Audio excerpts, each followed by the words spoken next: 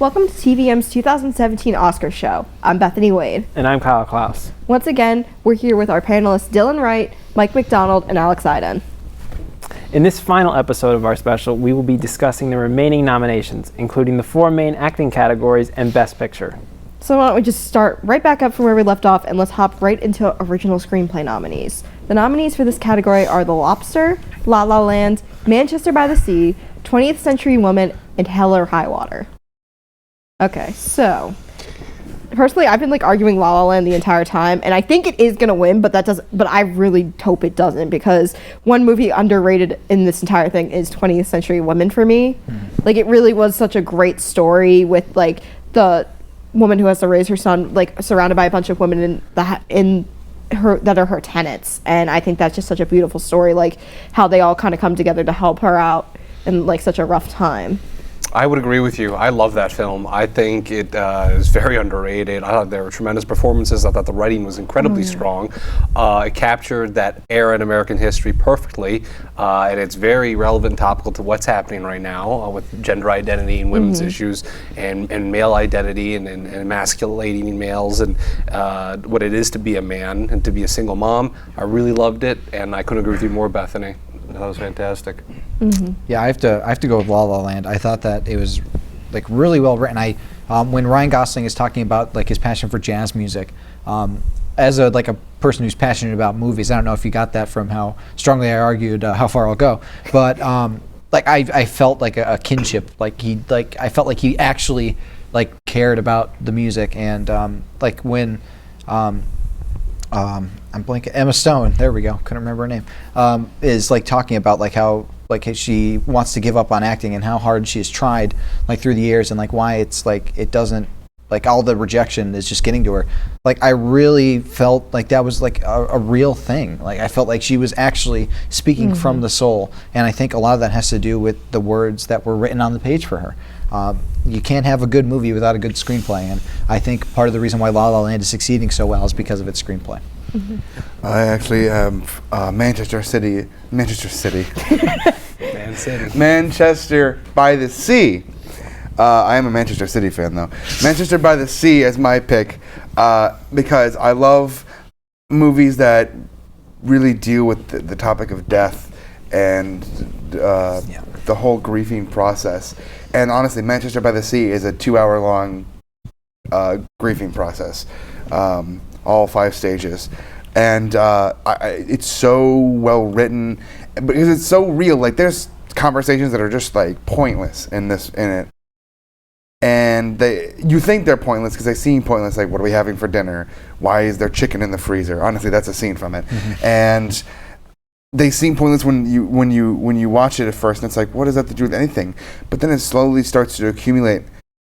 Oh, you realize you get that moment where the writing, even these silly little conversations that are stupid and you face them in everyday life, but they don't belong in a movie. They suddenly belong, and you understand what they mean and what they mean pertaining to death and dealing with the loss of a loved one and having to take care of someone you've never had to take care of before in your life. I think it's so beautifully written because it's so raw and real and so situationally realistic. It's great. It's great.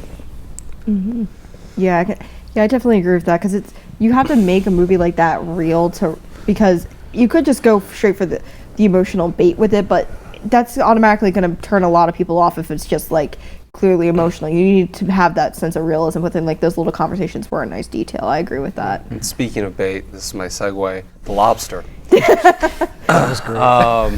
The Lobster for me, is one of my favorite films of the year. I think dark, tragic, comedy, macabre.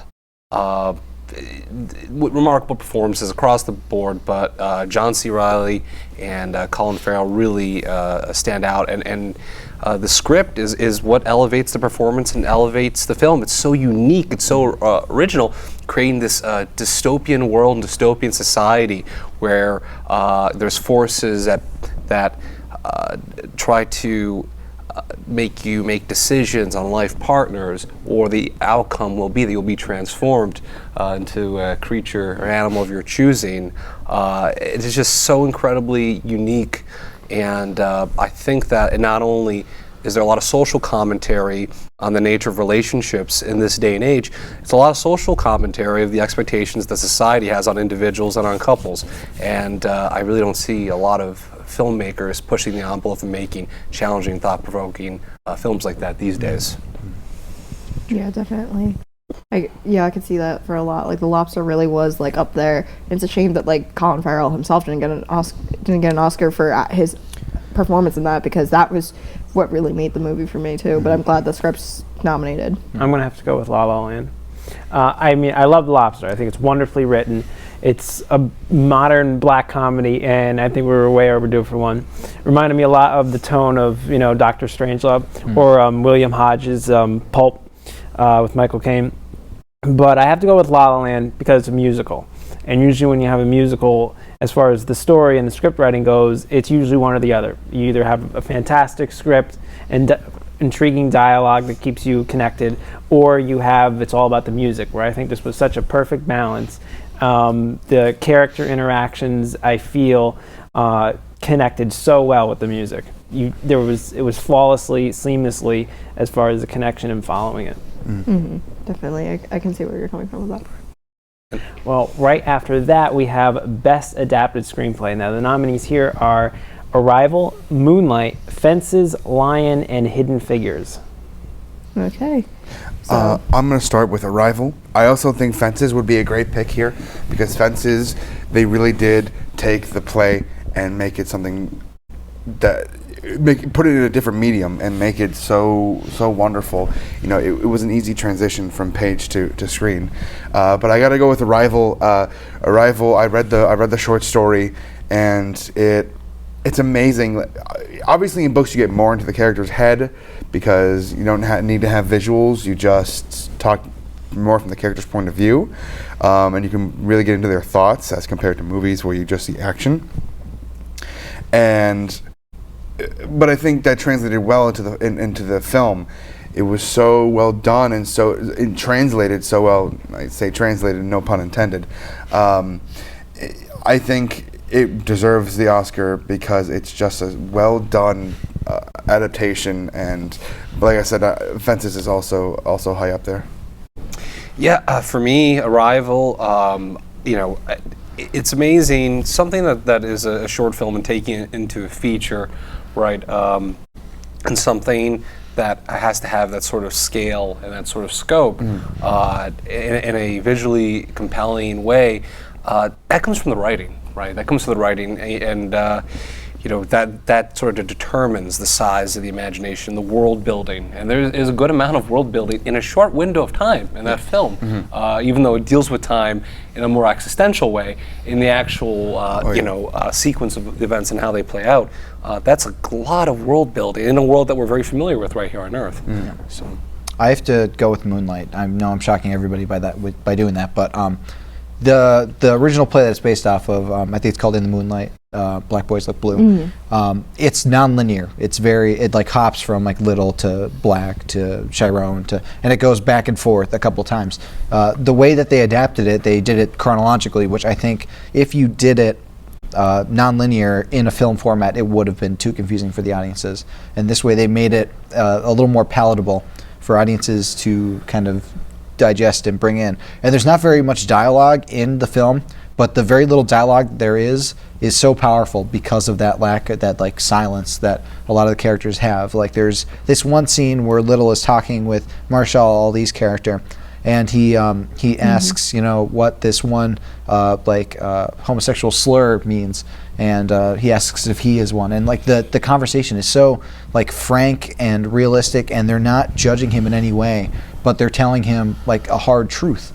And the way that it's written is just so compelling and just grounded and real, and it's something that you could see happening, and I think that's why it should win Best Adapted Screenplay. See, I'm going to have to go with Fences just because I think that the play is such a beautiful play to begin with, because it's very, very bleak. It's kind of it takes a very bleak look at kind of that idea of of having a dream but not being able to achieve it. They kind of the opposite of La La Land, funny enough, but it really does. And then it translates so well to screen. Like, I mean, granted, it's kind of written almost that seamlessly to do that, but the fact that they keep a lot of the elements of the play in the film, like, heck, the last time they revived it on Broadway, Denzel Washington and Viola Davis were in their exact same roles on Broadway. So the fact that they could even get them back for the film version of it was great too, because they both were great in it on Broadway, and then the fact that they can just take it straight to the screen essentially makes it so much better. And plus, you can have such a bigger stage setup, like such a big setup for in terms of sets for it, because you don't have to be stuck on one little stage with like the house over here and then like what's supposed to be like work over here. You can have those all as separate things. That's exactly why I went with Fences. I think that they beautifully took it from the stage to the screen. In the stage, you know, you could argue it's more two-dimensional, and on the screen it's more three-dimensional. I've never seen the Moonlight, you know, stage presentation or production, but that's the same thing. I think that Fences, they really brought something new out of it and made it its own experience. Yeah. So, and the powerhouse performances by Denzel and Viola as well. Of course. Yeah, I do want to make an argument for Hidden Figures in this category, though, just because it really... What figures that you would make that argument? Okay. Sorry, that's my last one. I'll stop. But because it's a story that a lot of us know. Like, we grow up learning this in history about like the first man on the moon, but first off, we don't get to know about the people behind the scenes either way, regardless of their color. And then on top of that, we find out that like, oh, even in a time where we're kind of always taught that that black people are kind of being oppressed, there's still people achieving, which is really great to hear, especially with one person like actually being like on the main team. That's such a great story to hear, and I feel like it's such an inspirational one too, especially with like kind of the times that we're in right now, to see that it doesn't matter what the rest of the world tells you. Yeah. And especially you only hear about like John Glenn and you only hear about Neil Armstrong. It's really great to hear about the other people that really like made or broke the process of going into space. Yeah, definitely. And then, like, but I do have to somewhat agree with you on Arrival, though, just because that also is such a beautiful thing, honestly. Yeah. Like, I can't, like, go into enough detail about, like, how much I love the idea of there being, like, these aliens on the planet, but, like, they're not that weird, like, little green guy we're always shown in the movie. Like, they're, like, this, like, omnipotent figure in a way, almost. Yeah, I love it because it's not why are they here? What are they doing? Oh my God, why are they here? Yeah. Right. It's what are they saying? It's like you said earlier. It's procedural. It's procedural. It's not. It's the beginning of why are they here. It's the it's the infancy of why are they here. It's the what are they saying so we can know why they're here. And it's just a fresh take on alien invasion. And that's why I love that movie so much. It's just so unique. And it's fun. I love movies like that. You know, talking about a movie that Shin Godzilla, which came out in Japan, is nominated for a plethora of Japanese Academy Awards. That was also very procedural. And I love those pictures because it puts you sort of like in the shoes of, you know, what if this did happen? And you have to do it well, because it could take away from that experience and you can make it, you know, absolutely, you know, false and silly. But I thought Arrival did a fantastic job on that. Yep. So we have to take a short break, but when we come back, we'll be talking about Best Animated Feature and the Acting Award. So stay tuned. Welcome back. Hopping right back into things, let's talk about the Best Animated Feature. This year's nominees are Kubo and the Two Strings, Moana, Zootopia, My Life as a Courgette, and The Red Turtle. So we kind of already know that there's going to be two strong contenders in this category, just because this is usually Disney's category to win. Yeah, that's true. But I honestly think Zootopia was an amazing film. It had such really relevant social commentary for like today, like especially today. I was surprised by how like deep it was for a kids film. You go into it thinking, oh, it's just going to be a fun film about animals in a city, but they're actually talking about some real social issues. And I thought the acting was great. Jennifer Goodwin and Jason Bateman, like as the main characters, like had such good chemistry, and there was some really fun humor in it, like a lot of good adult humor. There was a Breaking Bad reference in it, which I always appreciate, being a Breaking Bad fan. But I want Moana to win because I think that's like a great movie. The way they animated hair alone was so realistic. That was the one thing my girlfriend said was, "Oh my God, the hair is just perfect." I honestly think Zootopia should win it. I'm really a huge fan of Kubo. Just massive fan. You don't see stop motion animation like that, but not just that. The way it informs the storytelling, just as we were speaking of music and composition, does it service the story? Well, the animation services the story in many ways. And there's a handcrafted element to it that gives it such rich texture and detail. And maybe I just feel personally oversaturated with CGI. I feel oversaturated with digital animation. It's amazing how the technology has advanced. But I just think there's something very timeless and beautiful when it comes to stop motion animation. And they're really the masters of it right now. And it was incredible. Yeah, I think stop motion is so refreshing because there's very few movies of it. Yeah. There's like maybe 100, but there's thousands of things like Zootopia. No, don't get me wrong. Zootopia was amazing. The social commentary was just really, really gritty for an animated movie about a zoo, a city full of animals. Yeah. It was an amazing movie, but I'm kind of getting sick and tired of the same animation. When I see movies like Kubo and the Two Strings, it just brings me back to my childhood. I remember watching movies like Chicken Run and Nightmare Before Christmas, and movies like that, and like Wallace and Gromit. Yeah. It's just so refreshing because, like I said, it's just it's very spaced out through over time. They don't keep churning out stop motion because it's such a process. So it's not something you can just churn out every year like a Frozen, Moana, Zootopia, any Disney movie anymore, really. So that's why I really like Zootopia, and wouldn't be surprised if it won it, but I'm going to go with Kubo, mainly because of just how much work you have to put into to stop motion animation. It's a lot of work, and I think anyone who can do it well, like the studio, what studio was Leica. It was Leica. They deserve it for how much effort they put in to make a movie that's so good. You can put a lot of effort into something that doesn't turn out good, but they put a lot of effort in. They put the max effort in to make an incredible product, an incredible film, and I think they deserve to win it. I have to go with either Kubo or the Red Turtle. I think because those visuals were so unique. It was like you were saying, or I think Mike, you were saying how with the animation, it's pretty much the same. It's all cookie cutter. It's been that way for the past 15 years. So I think it's great to see something that's more real and has someone's own signature sort of mark. It's their style. It's refreshing. I thought the Red Turtle story was much more also unique and engaging and captivating. My problem with Zootopia was, yes, it was wonderfully animated, the acting was great, but the social commentary was the problem for me. I'm sick of that. I go to an animated movie, to have fun. It's more of an escape. It's an escapist sort of art form within film. If I wanted to get the social commentary, I'd stay home and watch the Disney Channel. I thought though that the acting for Zootopia was great, and same thing with the animation, but I gotta go with the Red Turtle or Kubo. I'm stuck on Kubo because I'm saying the studio name wrong. Yeah.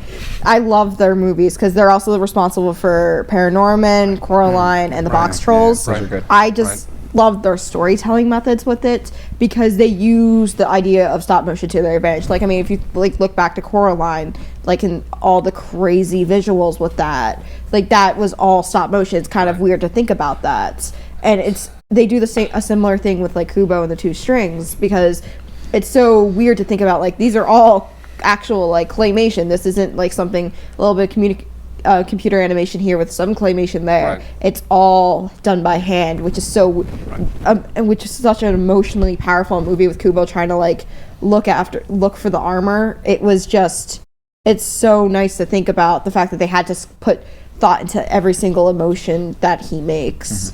I think it was also a very classically told story. Yeah. Yeah, absolutely. That artisanal craftsmanship, and we talk about a lot of innovation with the visual effects and with CGI. Even with stop motion, I mean, there are elements of it that are timeless in its execution, but they innovate in that space as well. They incorporate a lot of 3D printing now, mixed in with some of the handmade fabrics and textures. So, they're just innovators, I think, pioneers. One thing I want to add about Zootopia, because I thought I was going to get back up from at least somebody, but I didn't, is that Kubo built a really nice mythology. Moana built a really nice mythology. Zootopia built an entire world. It's it has its own ecosystem. There's different sections of the city. It's this well thought out process that goes really deep into what a certain animal would do in a certain situation. There's different counters for different types of small or large animals, and it's really just a whole functioning world that I think draws you into it and helps you stay in the world and really make it believable. Yeah. Well, next we have Best Director. The nominees here are Mel Gibson for Hacksaw Ridge, Barry Jenkins for Moonlight, Denis Villeneuve for Arrival, Damien Chazelle for La La Land, and Kenneth Lonergan for Manchester by the Sea. I'll start this off. My vote is for Kenneth Lonergan of Manchester by the Sea, mainly because the film style of this movie was very different from any film I've ever seen before, an Oscar-worthy film I've seen before. They were very still shots. It's going to be rare to find the camera move throughout the whole movie. It doesn't move. It stays very still, and sometimes it tracks the characters, but in very few scenes, a lot of the scenes are just still shots. They'll just show a shot of the kitchen, and they'll have the characters walk in and out and talk, and then leave, and then it'll be a straight cut to another scene. And I think it's so. I don't know. I just really, really like that, and I think Kenneth did a really good job with these shots. They were just so unique and so different from any movie I've ever seen, and of course the way he directs the actors as well. We'll get to the acting portion, of course, but the acting was so well done. There was a bit of overacting at some points, but Michelle Williams. But it was such a saturated film. It's about death and almost nothing but. It's about death and moving on from it, and almost nothing but. And I didn't expect anything but that from this movie. There's not a ton of color. It's Boston in winter. There's not a ton of color in Boston in winter, and I don't know. I think he just did such a good job with the setting, the characters, the shots, the choice of shots. It was such a beautifully done movie. So that's why I give Kenneth a lot of credit for it. I have to say that I think it's a little too still at times. Manchester by the Sea. It's a little too just stationary. I mean, I still love that movie. Manchester by the Sea is amazing, but I think you have to give it to Damien Chazelle for La La Land. He's a director that has shown time and again that he knows how to film musical things. I mean, he's done Whiplash. He did that short film before he did Whiplash. He did the screenplay for Grand Piano, which is a great film if you've never seen it before. 10 Cloverfield Lane as well. And he's a man that knows how to frame things and film things and direct his actors, and he knows not to go too over the top. He knows just the right pocket to get it into. I want Denis Villeneuve to win it because I love all of his films, and I think Arrival is a beautiful film. But it's just I think Damien Chazelle should get it for La La Land. I think it's worth remembering why that this was Damien Chazelle's first project. He's been working on this for 6 years. Yeah. He wanted to do this before he did Whiplash, but nobody would buy it from him just because it's an original musical, doesn't have any big names tied to it. Mm-hmm. And then as soon as the studio saw what he did with Whiplash in 2014, they knew, okay, this guy has some talent. We could definitely bank on this. And you really do see that with this film because it's just you can see the passion that went into it. It's such a passion project, and I think that's what makes the difference with it because he really does know how to do this with care and carefulness. It's such polar opposites. When we talk about Manchester and La La, Manchester is very stable, very very still, and La La Land is literally the camera's never stopped. Yeah, that's very dynamic. That's what I like about it. It's very Yeah, dream. I mean, and I which- really liked La La Yeah. Land. I loved the cinematography of it and the way he directed it, with everything involved within it, not just shots. I loved it. I just like the impactfulness of the still shots in Manchester way more than the constant movement of the camera. I have to go with La La Land for Damien Chazelle because I'm a sucker for our tours. I mean, he did the writing for it. Yeah. He wrote a lot of the songs. He directed it. I love Dennis Villanova for Arrival because visually, I think there's no one like him presently in film. But then with Manchester by the Sea, Lonergan, I think he really pulled the performances out of those actors. So. Yeah, he really pushed it because, I mean, Manchester wasn't the characters really didn't have to be anything other than themselves. They were just humans. Didn't have to be fanciful jazz pianists. They didn't have to be alien translators. They didn't have to be a young gay black man trying to find himself. They were just themselves. And That's true. you think that's easy to direct, but it's easier not. said No, than it's done. It might be easier to direct to being someone else than being you, being a human, feeling that raw human emotion. And so I think that's why I just like it so much. The acting is just so amazing in it, even with the Michelle Williams thing, because it's if just you were one going through the scene, situation, honestly, but- honestly, I get it. I get why she. We'll talk about that. Okay, we'll get there. We'll get Okay, there. we'll Yeah, talk. we'll get to that. We'll get to Since that. that's coming up after the break, we'll save that for then. So after the break, we'll talk about all the acting awards. So stay tuned. Welcome back. Now, time to talk about the acting awards. Let's start with Best Supporting Actor. The nominees in this category are Dev Patel for Lion, Michael Shannon for Nocturnal Animals, Lucas Hedges for Manchester by the Sea, Mahershala Ali for Moonlight, and Jeff Bridges for Hell or High Water. So we got a lot of strong people in this category this year. I like both Jeff Bridges and Mahershala Ali. Mahershala Ali he's a meteoric rise right now between Luke Cage and now Moonlight. Luke Cage is more a silly comic book show, but I mean he was very good in it. Yeah. And Moonlight is very very different from that. It's very real and it's an Oscar movie, not a Netflix show. So I really like his meteoric rise to fame. I guess you'd say he's become very good. I hope to see him stay around for a while because I can see him becoming like the next Denzel, like the next leader for black actors. He's very very good. But Jeff Bridges is Jeff Bridges. Jeff Bridges is a legend. And yes, even in Tron. I'll defend Tron. With I Tron's- love Jeff Bridges in Tron. I just love Jeff Bridges in general. Yeah.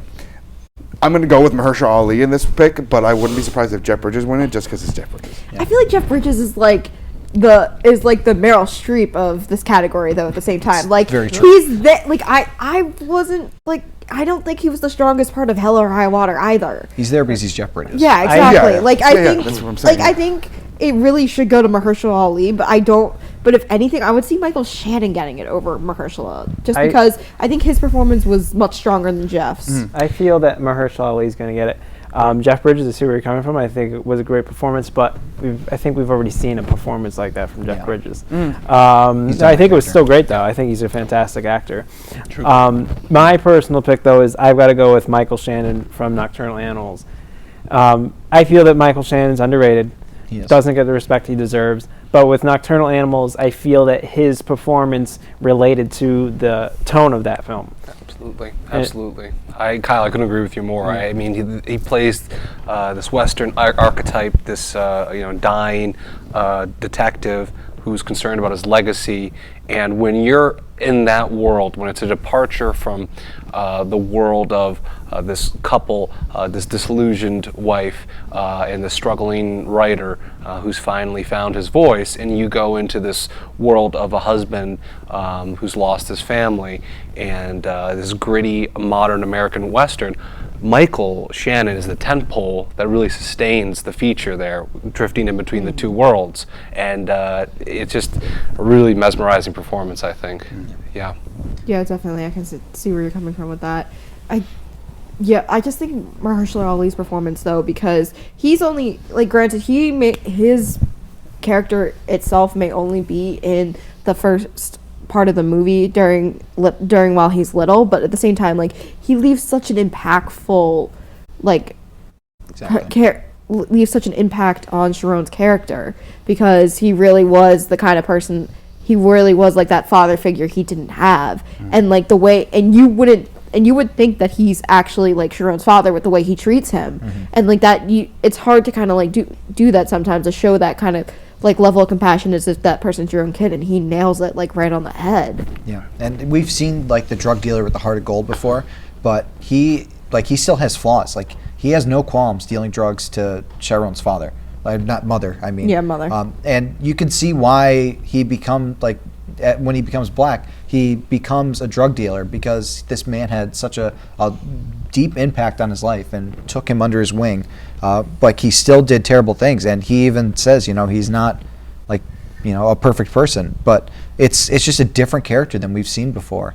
And it's one with flaws, and it's one that is real. It seems very real, and I think that's why Mahershala Ali should get that role. Should get that. Win. Yeah, definitely. Moving on to the Best Supporting Actress category, we have for Best Supporting Actress, the nominees are Viola Davis in Fences, Octavia Spencer for Hidden Figures, Nicole Kidman for Lion, Naomi Harris for Moonlight, and Michelle Williams for Manchester by the Sea. Okay, so I know we cut the break last time. Would you like to explain why you don't want Michelle Williams to Well, win it's not that this I don't want Michelle Williams to win, because she was amazing in the whole movie. Yeah, she was.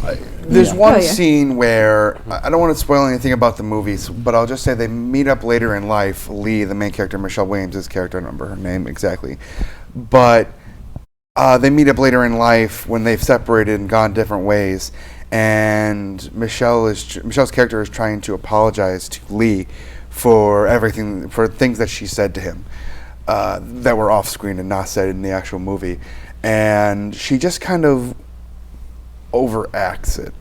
She gets very over dramatic and very she's like sobbing, like, Yeah. and I get it. A woman, I mean anybody, not a woman specifically, but anybody would be sobbing, crying if they had to apologize for probably god awful things she said to Lee because of what he did. But it was a little much. Yeah. She sobbed a little too hard. Well, yeah, It was I a agree little, fully. and she could have moved a little bit more. She was just kind of like standing there, like shaking and sobbing, and it was just odd. But don't let one scene take away from what Oh, yeah. is my Yeah, favorite it's- movie ever, and an incredible movie, an incredible encampment of human emotion after death. Yeah. She played a great. She was great, and just one scene is detrimental, but that's really it. I mean, she was great otherwise. But my pick for this is actually. Can you read the nominees again? Because I don't remember. Viola Davis. Viola Davis, that's it. Viola Davis, because it's Viola Davis. She is an amazing actress. She's great on how to Get Away with Murder. I know, I know. Like, Amazing she's- show. She's just like all over. Like, she is such a phenomenal actor. She has been highly underrated, in my opinion. Like, it's yeah. like she's actually competing against her help castmate, who ended up winning the Academy Award over her back in 2012, Octavia Spencer. And I really hope like this doesn't turn. I mean, granted, Octavia was great in Hidden Figures too, but I really hope that she loses to Viola in this category, because first off, Viola won the Tony for her performance as Rose in the revival of this on Broadway a couple of years ago. She also won the Golden Globe for this. She's won multiple awards she won the Emmy for How to Get Away with Murder, just to prove like her like talents. So obviously she's very talented, and in this role she really she's put in such a terrible position. Like, it's hard to, like, it's such a hard thing to figure out, to imagine like what she would have to be going through with her relationship with Troy, and like how she kind of has to be kind of like there for him but still be her own person, yet still support her son Corey. And it's just to have to do like it's almost like she has to play three different people at once, and that's so worthwhile with it. Yeah. Sorry, go ahead, Kyle. I think with Viola Davis's performances, I think it leapt right off the screen. It was very gut wrenching. I mean, those scenes where she's crying and very emotional. I really was drawn into that. It was very engaging. However, I understand the whole Michelle Williams thing, but I would love to see Michelle Williams win, because I think it's way overdue for her to win an Academy Award for Best Actress. Well, Best Supporting Actress. I mean, Yeah, she's definitely like Yeah. such a powerhouse in that. Like, it's important for her to be able it's so important. Her character's so important. Her relation, that way she like reacts to like Troy's decision that he eventually makes, and like the way and like just how she handles it. That's like it's so emotional to do that, and the fact that she does it the way she does is just so fantastic. I mean, Michelle Williams was great in Manchester by the Sea. Besides that one scene, Viola Davis. She's an amazing actress. But here's the thing about Viola Davis and why I don't think she deserves to win over my pick, which I will say after this. She's had how many like she's been doing this role for like quite a long time because she's had practice with it with Fences. If she didn't get nominated, like she's been in the role for so long, it's kind of ridiculous. Whereas my pick, Naomi Harris, she was in Moonlight. She only had 3 days to shoot the film. She originally didn't want to do the film because she thought that the character was like a stock, mother drug dealer. But she managed to bring this, this kind of cliched, drug taking mother, and make her like have an arc in the 3 days that she shot that film. Like she went from like a successful kind of nurse to like a down on her luck, drug dealer who like is like basically begging her son and handling her son to try and get money from him so she can get drugs. And then she goes to rehab and is like trying to atone for her sins against her son, and he still has a hatred for her. And the way she performs this role is so just heartbreaking and heartrending, and you hate her and then you feel like pity for her, and I think it's a role that she definitely should win for. Yeah, I understand what you mean with that. I really do. It's just hard to like. You really have two strong categories there, so it'll be interesting to see eventually like who does win because. I mean, nobody's bad in this category. Everybody was amazing in their role. Well, yeah, of course. It's just like, but we have two clear contenders with Naomi and Viola, so it's going to be really interesting to see who ends up getting it. Yeah. So moving on to the lead categories, we have Best Lead Actor. The nominees are Andrew Garfield for Hacksaw Ridge, Ryan Gosling for La La Land, Denzel Washington for Fences, Viggo Mortensen for Captain Fantastic, and Casey Affleck for Manchester by the Sea. So we have La La Land again. However, I think it's going to win, unfortunately. But the key word there is unfortunately. Why do you say unfortunately? I don't think this was. In my opinion, I don't think this was an Oscar-worthy performance. Ryan Gosling was better in Drive than in La La Land. He was better in The Nice Guys than in this, honestly. I was like, that's another snub, I think. The Nice Guys was such an amazing movie. I think it should have gotten definitely more buzz than it did. Yeah, but I think it just came out the wrong time for that too. I think so. I'm going with Ryan Gosling for La La Land because it's a musical and there's also acting involved, and I feel that it's seamlessly translated over. Usually, I mean, sometimes when you see musicals, and it can make it or break it with this, is that it's such a jarring cut between, okay, now he's acting, now he's singing. Yeah. And I think that he just so perfectly, rolled that all into one. Sometimes it almost comes off as that there's two separate characters, one that sings and one that's, delivers the dialogue.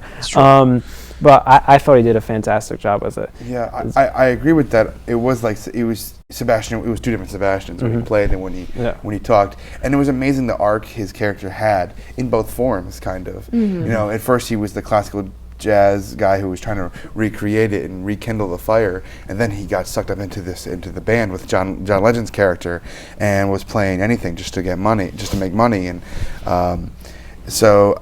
And in his non-musical Sebastian, he was this guy who was just trying to make it by, and meets Emma Stone's character Mia, and kind of falls in love, and then they're together, and then they fall out.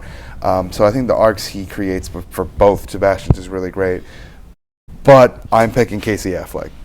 Yeah. So am I, honestly. Casey Affleck's performance in Manchester by the Sea is just, I want to say, gut-wrenching. Mm-hmm. It's so real and so passionately depressing. I guess I could say, because I don't think he smiles once in the whole movie, but it's a good thing because it portrays his character Lee so perfectly. Yeah. Lee is this guy who's never had to worry about anyone but himself for a very long time, and suddenly he gets a phone call that his brother had an heart condition and died, and now he has to go and take care of his nephew and basically be his guardian now. Yeah. And it's just an overwhelming, you're just sitting there, and then suddenly everything is thrown at you at once. Yeah. Everything you ever possessed is now thrown at you, and it's overwhelming. And he couldn't control it, and showing the flashbacks of his past and what he did. the thing, what he did, which I won't Yes. discern, but like what he did was- was insane. Oh my God. And then what he did after that, That was tough. But like that's exactly why I love his performance, because he really does like have literal. Okay, that's going to be a bit too on the nose with the comment, but he has such a has so many ghosts that he has to bring back with him. Yeah. And like you see you can literally see the ghosts behind him in everything he Yeah. does. One scene they're literally like almost Yeah, literally. yeah. Yeah, because it's just he really like shows like the baggage that he's carrying at that he has to bring back with him, especially since he's going back to this hometown that has so many horrid memories for him. I kind of call back to what I said earlier about when we were talking about directors and Kenneth, and this whole directing people to be them, like be human. You know, it's easy to be an outlandish character, but it's not easy to be human. And it goes both like directing an actor goes both ways. It's directing the actor and the actor being directed. Yeah. And it takes talent from the actor to do this. It's not just the director giving him good advice. The actor has to be able to portray human in the most raw emotional form. Yeah. And he does it so incredibly well that Denzel's Denzel. I could see Denzel winning it. Oh, yeah. But I mean, aside from Denzel being Denzel, he also was incredibly impactful and did an amazing job in Fences. Yeah. Ryan Gosling deserves it too. I really want Casey Affleck, and I think he's very deserving. But it's a wide open category. Manchester by the Sea and Fences, I think, were powerhouse as far as those were performance pieces. Oh yes, definitely. Yeah, but then it's like really interesting when you go look at like maybe the other two nominees, because you have like Andrew Garfield, who I think, granted, may not be the best option in this category this year, but he did such a great job in Hacksaw Ridge, like, because that's a hard thing to do, like do a war movie where the whole point of it is you don't want to be at war. Like that's not something we see every day. So it was really impactful to see somebody to play a role like that, where you get to talk, the point of it is that you're a pacifist, you won't kill anyone. Yeah, I think the reason why Casey Affleck should win this is because he plays it so understated. He plays it like a man who, in like a typical, like, is not supposed to show his feelings, is not supposed to, display any emotion. And he doesn't know how to deal with the emotion that's coming in to him. He doesn't know how to process that in a healthy way. And you could tell that, like, under the surface, there's so much going on, but he is, like, really trying to keep it just suppressed because that's how he was taught to do. It seems like a very toxic kind of masculinity he's playing there, in a way that he can't connect with his nephew because he just doesn't know how. He was never taught that. He was taught that men should just be men and not try and just show emotion. And I think that it's something that's not stated, and it's something that's kind of informed by his performance, and it's done in such a way that it makes it such a powerful performance, and an Oscar, hopefully Oscar winning one.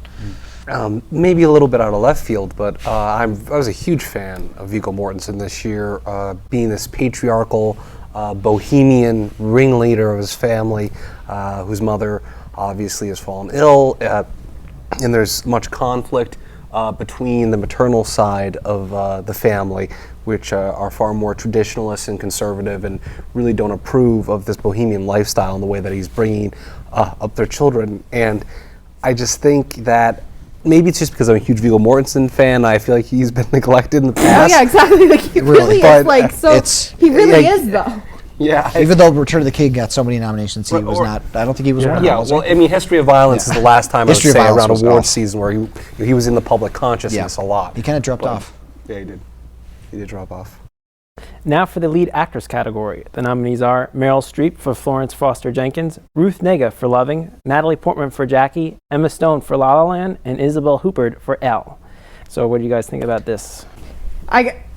It's hard to argue against Emma Stone in this category because she was the stronger of the two in La La Land. I think this one is definitely worthwhile, but I have to make an argument for Ruth Negga in Loving. That movie, unfortunately, didn't get any love from the Academy, really, besides her nomination. True. But hers is well-deserved because it's such an important piece that, they did with that. And she really, showed such strength with it. And I'm glad that she has, and I do hope they reward her for it. I think it's going to go to Emma Stone, but I would love to see Natalie Portman get it for Jackie, because to me, her performance, she was Jackie Kennedy. True. I mean, like we've said in past conversations, the Oscars love biopics, and when you can portray someone as important to culture and to society and to government as much as Jackie was, as important as she was, there's no way. I mean, Emma Stone did a fantastic job. She had an amazing character arc. She's very talented, but Natalie Portman was just outstanding as Jackie. I got to give it to her. Emma Stone's close, but I really got to go with Portman on this one. Yeah, but like you said, the Academy loves biopics. The Academy also loves giving it to itself, and like because we got to remember like how big of an upset it was when I forget the actor's name, but the guy who was the lead actor in The Artist won Best Actor. Oh yes, because like nobody saw that coming. Yeah. But like because it was a film based around Hollywood, they gave it to him, and I feel like you have that case for both Emma and Natalie in this category, just because you have the movie that's all about LA, but you have the movie about one of the most prominent first ladies of all time. I think though that when you said that Emma Stone was the stronger of the act, I actually think Ryan Gosling was a little stronger than Emma Stone. Emma Stone, like at times, was just playing Emma Stone. Like during the scene where, like he's in like the '80s retro band, she's like Emma Stoning it up, like with like her like facial expressions and stuff, and like her overacting. Like it's a typical thing for her to do in a movie. And I'm like, okay, I know it's Emma Stone. I'm kind of brought out of it. Whereas with Natalie Portman as Jackie, normally I see Natalie Portman as Natalie Portman. It's just like, you know, you see George Clooney in a movie. But with Jack, I saw Jackie Kennedy. Like I saw her as that like role. Like she was the first lady of the United States, and she like immersed herself in it so deeply in a way that I think Emma Stone kind of failed to do, because she was still, it was like one toe was set in you know the world, and the other toe was like her doing herself. So yeah, I also would have to go with Natalie Portman. I think it's an iconic performance for an iconic American figure, and it's a slice of Americana. And with that being said, for that time of tragedy in this country that we were going through, and this film I think represents it in a great way, in a grandiose way, but also a very intimate way. She was the sounding board. She represented what all of us were going through, right, with the suffrage. And speaking to people from that era, some family members and friends of mine, it's amazing how tonally accurate that it is, and tonally accurate her performance is. And it just totally transported me when I watched it, for sure. Definitely. Yeah, she really does leave an impact, because I mean, Jackie Kennedy is such an important figure in it, and she really does like highlight that with it. She really does put the care and the compassion that needs to go into it, because she was the one who had to kind of lead the nation after JFK's assassination. And like already that's a powerful role like in real life to play, but then have to recreate that for this. She really did such a great job on it. However, going back to her Nega, like we also have to remember like that's also during like maybe a little bit like a time before that, but at the same time like that idea of having to be that controversial figure, having to be that person that has to stand up and say this is what I believe in, even though you're going to sit there and be criticized on a large scale. And like I mean, granted, Ruth Nega's character was arrested, but versus Jackie Kennedy was just criticized in the public. But like you both, like they kind of live similar roles in a way, because you really have to just deal with that idea of just standing for what you believe in and what's right, no matter what anyone else says against you. And I mean, like Jackie Kennedy had her husband die right like beside her. Like there's footage of her like trying to like retrieve chunks of like his head like from the thing. And the way Natalie Portman played that, like that's a woman that has clearly gone through a deep tragedy like right away.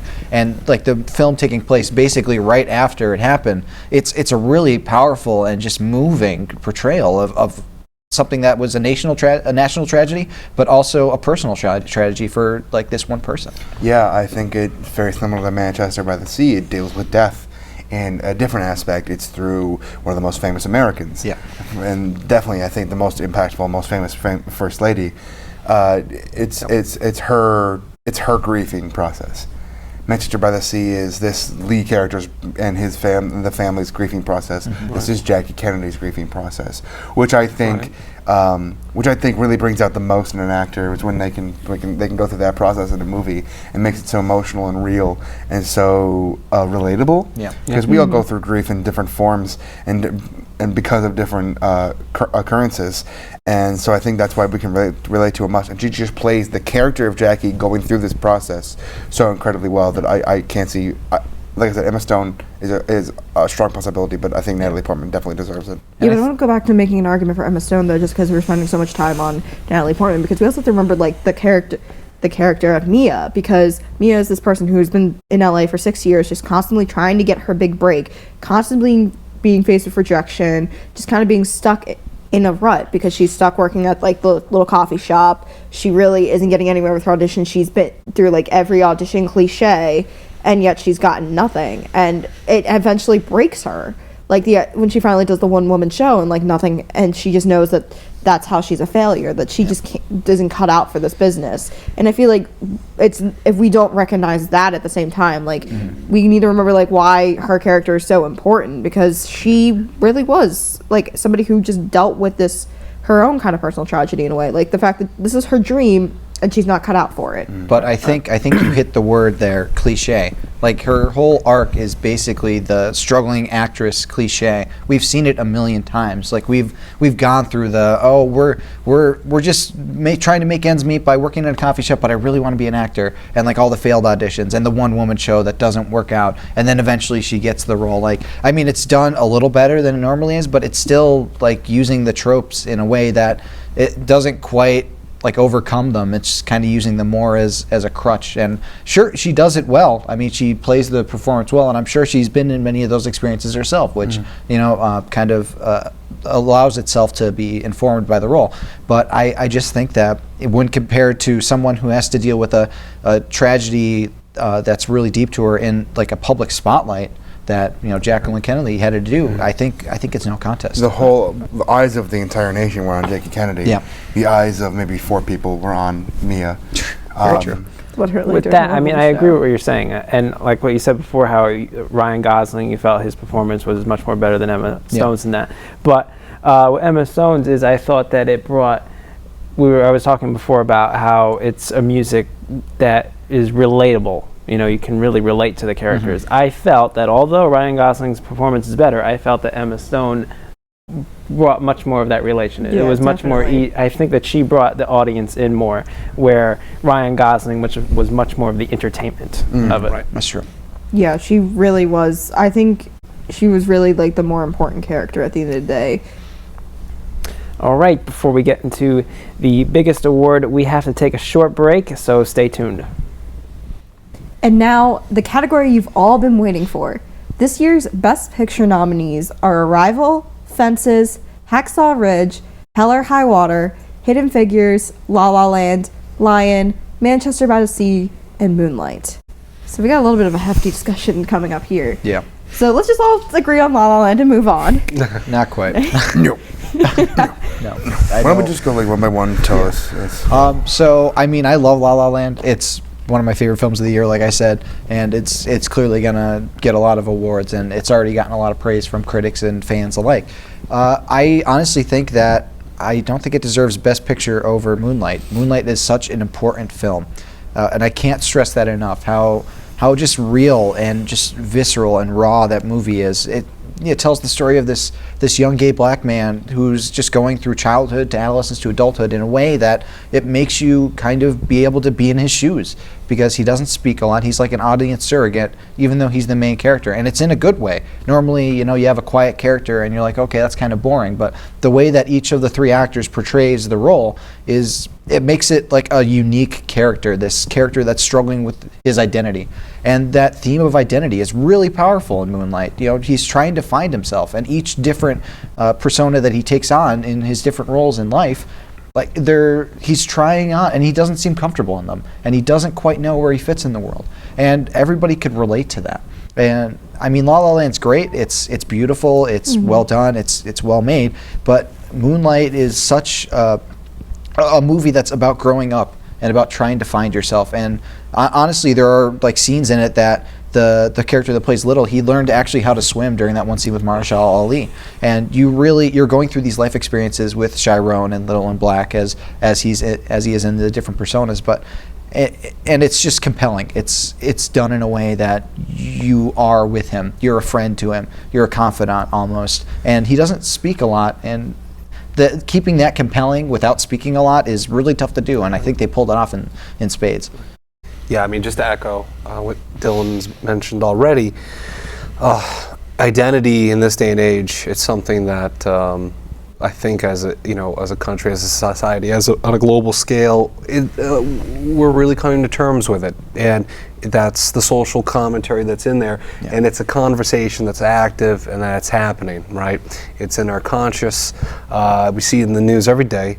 And it's brave. I mean, for the actors, for the writers, for the director, it takes courage to put yourself out online and be that vulnerable, to expose those vulnerabilities. And it certainly isn't easy. And I really appreciate the grandiose nature and the spectacle that is La La Land.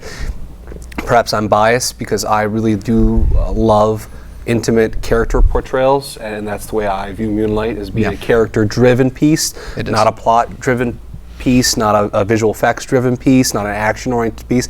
It's character-driven, and I go head over heels for that. So I do think that the La La Land is going to win, just because the industry does love covering itself and satirizing itself and being self-referential. But I would go with Moonlight personally.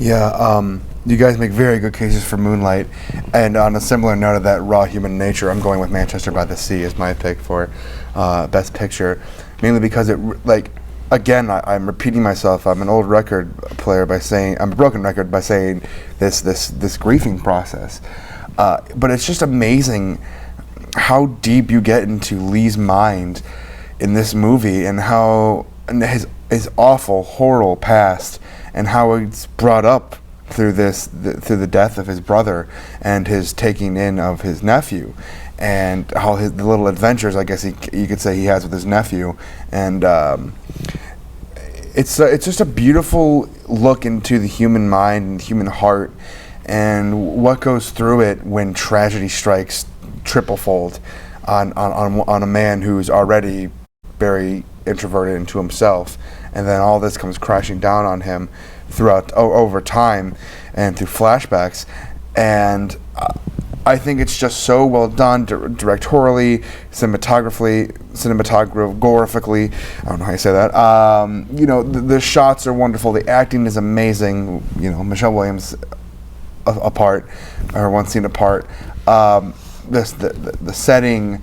The audio, there was something special about the audio, but it was crisp. It was well done. I love the still shots. It really encompassed that standstill feeling of what happens when your brother dies. Really, the world kind of stands still, and I think that's what the shots are kind of getting at. And I think it was just a well done movie. The ending was a little iffy for me, and I know you guys can agree with that. The iffy ending was just kind of sudden, and no one really saw it coming. We didn't really know why it just suddenly ended. I wish there was more of a wrap-up, but the movie in itself was just so beautifully written and directed and acted, and I've declared it many times. I'll declare it now. It's my favorite movie ever. So I'm definitely picking Manchester. I'm gonna have to go with La La Land, because when I go to the movie theater, I go to escape. I go there for entertainment. I don't want to hear satire, I'll just stay home and watch the news for that. I felt that La La Land, it was a dream. Yes, it was a film about, Hollywood, and it was a piece of art about art, which I love. And Damien Chazelle, I thought he was just an incredible auteur with it, in designing it, the visual aesthetic of it, and the lyrical, the sound, the musical aesthetic of it as well. The marriage between everything was perfect. Also, the performances, fantastic. Yeah, I have to also echo that, just because La La Land is everything you want in a movie. When you go to the movies, it has the drama, it has the color, the colorfulness, it has a good score with it, obviously, since it's a musical, but then it has that extra element of being a musical where you get that kind of happy feeling that you automatically get with a musical, because you really just get to see all the magic and the whirl of it, and that's perfect, especially for the love story of me and Sebastian. It really does encompass all of that magic that you feel. I went with a friend of mine, and she really kind of nailed, and she said this is exactly how you feel when you know you found the one. You really feel you feel yourself like flying to the sky. You feel like you see everything, the colors in the world a lot brighter, and that's exactly what Damien does in this movie. And I think that's really the magic of it, the way that it just tells like a love story in a new light. I just want to make a quick point to strengthen my case for Manchester by the Sea. If we look at the last two winners for Best Movie, Spotlight last year and the year before that Birdman, those movies were maybe not Spotlight, but Birdman was all introspective. It was basically inside Michael Keaton's character, and it was so like different. It was like one track. The entire movie was almost one track, like one continuous shot. And Spotlight was a very real drama about journalists discovering the truth about what was it, the sexual assault claims in the Catholic Church. Like, how more real can you get? Well, La La Land is an incredible movie, and it's fanciful and it's fun, and you go to the movies to escape. Not everybody goes to the movie to escape, but the mass. The masses go to the movies to escape, but there's those select few like me who go to the movies to see, whatever I want to see, but most of the time it ends up being things like Manchester that are so real and you can connect to on a level like I can't really connect to something like La La Land that's so fun and fanciful, and because it's so over exaggerated to me, I can't connect to it. But when it's real, like Manchester or Spotlight or Birdman, they're so real and dramatic and deal with dark undertones. I think, just look at the track record the past 2 years, those two movies winning it. When I don't think anybody picked Spotlight last year. Not many people picked Spotlight last year, and I don't think a lot of people picked Birdman the year before. Not a lot of people have been picking Manchester to win. So history repeats itself. That's why I think Manchester's definitely going to win it. Everyone's crossing their fingers for La La, but I really think Manchester's going to take it. Yeah, I could see that definitely happening. So thank you so much for joining us over the past 3 episodes. We hope that you feel now more informed about this year's nominees and are prepared for the actual ceremony on February 26th. We'll see you at the movies.